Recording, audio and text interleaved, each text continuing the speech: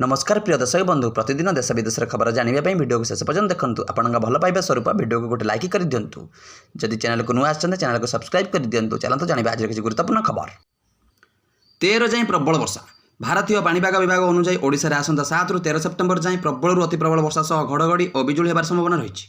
मौसुमी सक्रिय थिबारु उत्तर पश्चिम बंगोपसागर और दक्षिण ओडिशा उत्तर आंध्र उपकूल उपर वायुमंडलीय घूर्णिबलय प्रभाव में वर्षार तीव्रता बढ़ी।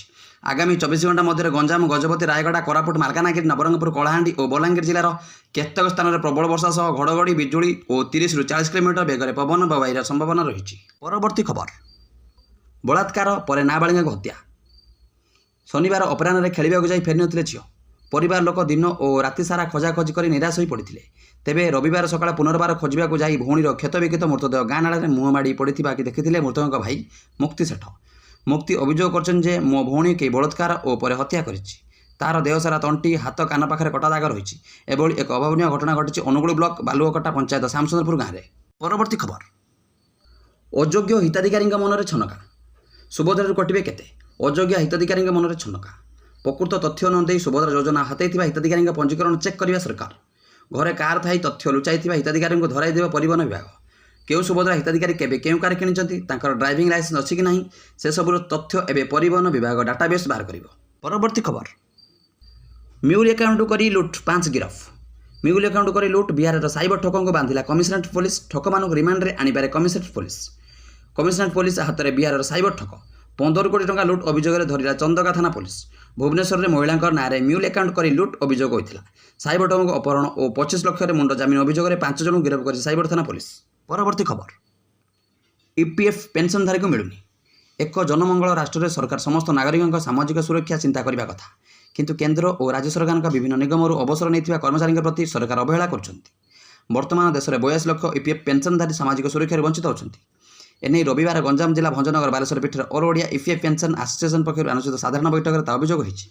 एसह बैठक में कर्मचारी मैंने अनेक समस्या संपर्क आलोचना करते। देशर 82 लाख ईपीएफ पेंशनधारी अच्छा से 37 लाख पेंशनधारी मासक 1000 टंका लेखाएं पेंशन सरकार देउछंती। परवर्ती खबर गोटे राति 805 क्षेपणास्त्र माड़। रूस क्षेपणास्त्र आक्रमण नवजात समेत 3 मृत। युद्ध समाप्ति पर समग्र विश्व निवेदन करा बेले रूस राष्ट्रपति व्लादिमीर पुतिन ताकू कर्णपात करूना। गतकाली राति यूक्रेन पर प्रचंड आक्रमण कर रूस। परवर्ती खबर प्रधानमंत्री आवास निर्माण में अनियमितता तदंत करिए वीडियो। बलांगीर जिला आगलपुर ब्लॉक बड़टिया पंचायत में प्रधानमंत्री आवास निर्माण में चंचकता होता नहीं स्थानीय लोकों अभियोग क्रमे विभिन्न गणमाध्यम खबर प्रकाश पाई। यह ब्लॉक प्रशासन संवेदनशील नहीं। यही अनियमितता उपर स्वतंत्र भाव से तदंत करेंगे बोली वीडियो महापात्र कुलदीप महांती कहते। परवर्ती खबर कर्कट को आउ भय नहीं खूब शीघ्र टीका।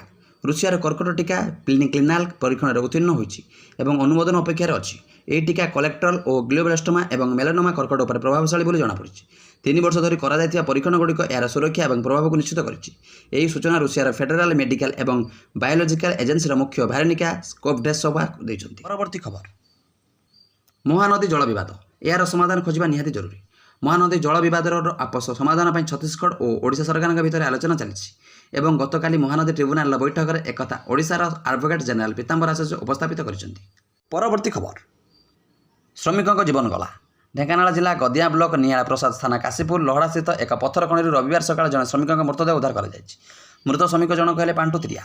तांका घर निकटस्थ बालिक्यारी ग्राम में पत्थर खणी डिलिंग चलता बेले घटनास्थल घटी पांडुतिरिया मृत्यु होता जमापड़ी। खबर पर नील प्रसाद थाना पुलिस घटनास्थल पहुंची मृतदेह जबत कर व्यवस्था पठाई तदंत जारी कर। परवर्ती खबर अभियुक्तों को गिरफ दाबी। गतकाली निखोज थी जड़े नाबालिकार मृतदेह आज उद्धार होगा घटना स्थानीय लोकों द्वारा आज अपराह्न अनुगुल बंतला रास्ता अवरोध कर उत्तेजित लोके अभियुक्तों को गिरफ और नाबालिका को उचित न्याय दाबी राजरास्ता को लेचंती।